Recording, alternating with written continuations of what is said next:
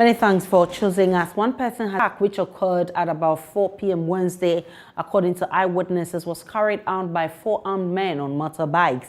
The victim, identified as a local security guard, was returning home from work when he was shot by robbers. He was rushed to the Baptist Medical Center in a very critical conditions. Elias Otanko has more. According to eyewitnesses, the 4 suspected robbers on motorbikes arrived at this shop at about 4 p.m. The shops are popular in the town for selling at all approaching vehicles, while the 2 others entered the shops to rob. Several people who were at the shops at the time of the attack said they were made to lie face down at gunpoint. They said the entire operation lasted close to an hour as the robbers blocked up. The individual who was shot by the robbers has been identified as a local security guard who was on his way home from work. Reports say he was shot at the upper part of his body and his fate is still unclear as he was rushed to the Baptist Medical Center in a critical condition. To this woman, Aisha Salifu. His 14-year-old son was in the shop when the robbers attacked. The boy was too traumatized to talk, as he claimed the robbers assaulted him and threatened to cut his throat. The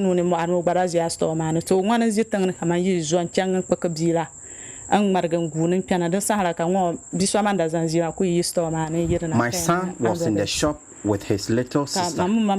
My son came in telling me armed robbers have attacked the shop. I became scared. I even sweated. I only became relieved when I got to know my son was not hurt because I heard a gunshot. I'm surprised looking at the time they carried out the The regional police commander, Mr. Moses Ali, and his men were at the scene, but the robbers were long gone before their arrival. He declined to comment, saying an investigation was underway. Reporting for Joy News, Elias Otanko, Nalerigu. Condition of the person who was shot.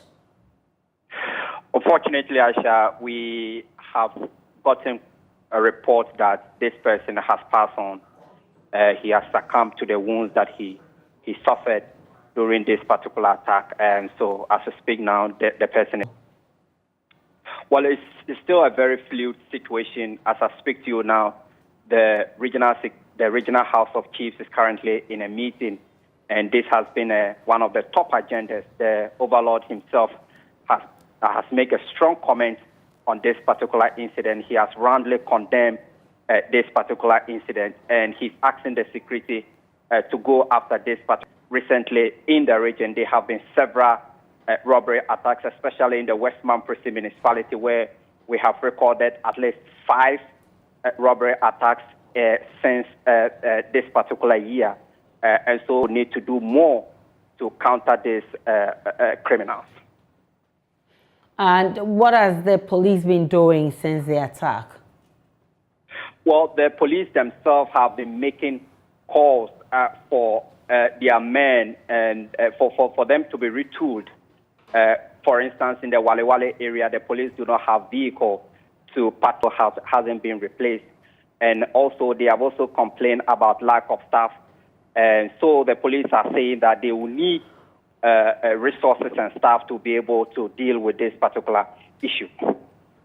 So this person that is dead, how is the family reacting to the news? Have you reached out to them? One of the relatives crying from the house, and the house to where the incident happened is a bit far away.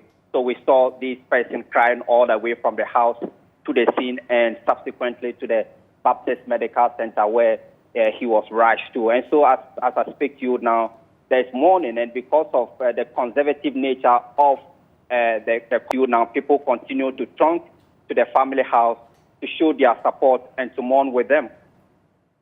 Elias Otanko is our man in the Northeast region. We'll be bringing you more on the story.